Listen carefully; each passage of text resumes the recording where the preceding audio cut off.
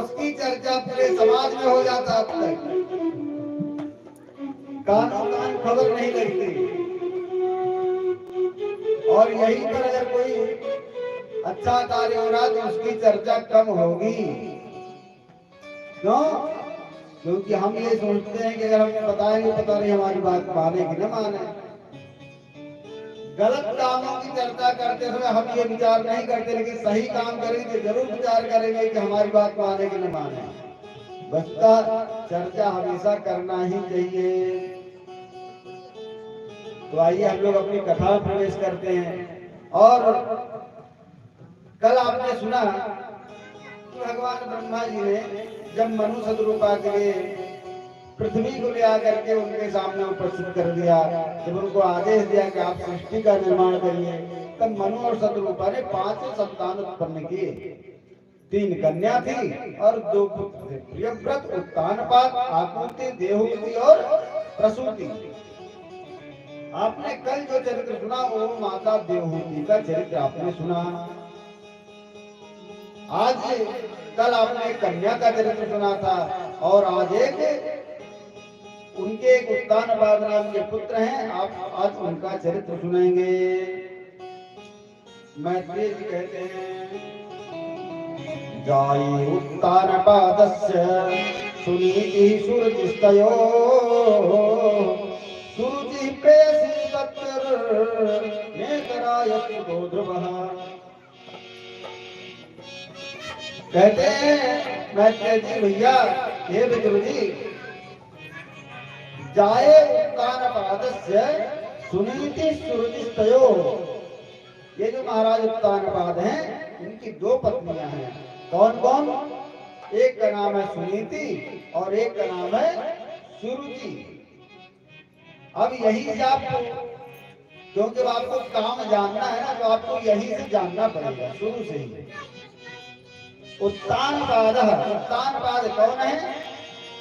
ऊपर हो पैर जिनका वो है उत्तानपाद। अब बताओ आप लोगों में से किसका किसका पैर ऊपर है, किसका किसका पैर नीचे है?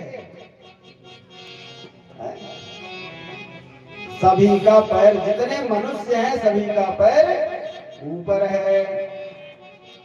इनका उत्तानपाद नाम क्यों पड़ा? उत्तानपाद नाम क्यों पड़ा? क्योंकि मनुष्य जब जन्म लेता है तो ये सर नीचे करके और पैर ऊपर करके जन्म लेता है, इसलिए इस शरीर का नाम ही है उत्तानपाद। अब इस शरीर को 2 चीज चाहिए, एक मन एक बुद्धि। आखिर शरीर को चलाने के 2 चीज चाहिए ना, एक मन चाहिए और एक बुद्धि चाहिए। तो सुरुचि सुनीतिस्तयो, सुनो सुनीति सुरुचिस्तयो। तो इनकी 2 पत्नियां हैं। कौन कौन? एक सुरुचि मतलब एक मन और एक सुनीति एक बुद्धि। अब लेकिन यहाँ पर एक विषय आ गया। सुरुचि राजा को बहुत प्रिय थी। महाराज उत्तानपाद को सुरुचि बहुत अच्छी लगती थी, बहुत प्रिय थी, जबकि सुनीति उतना प्रिय नहीं थी। कहां से अच्छी लगेगी?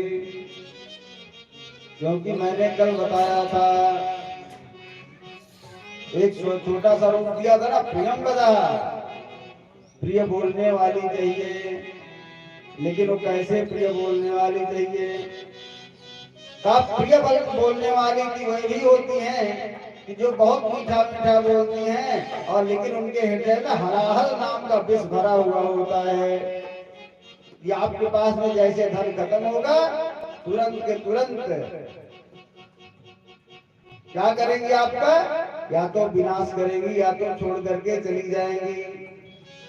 तो हितकर जो वचन बोलने वाली हो, प्रियंवदा मतलब जो हित का वचन बोलने वाली हो, जो तुम्हारे कल्याण का मार्ग हो उसको बोलने वाली हो, ऐसी प्रियंवदा।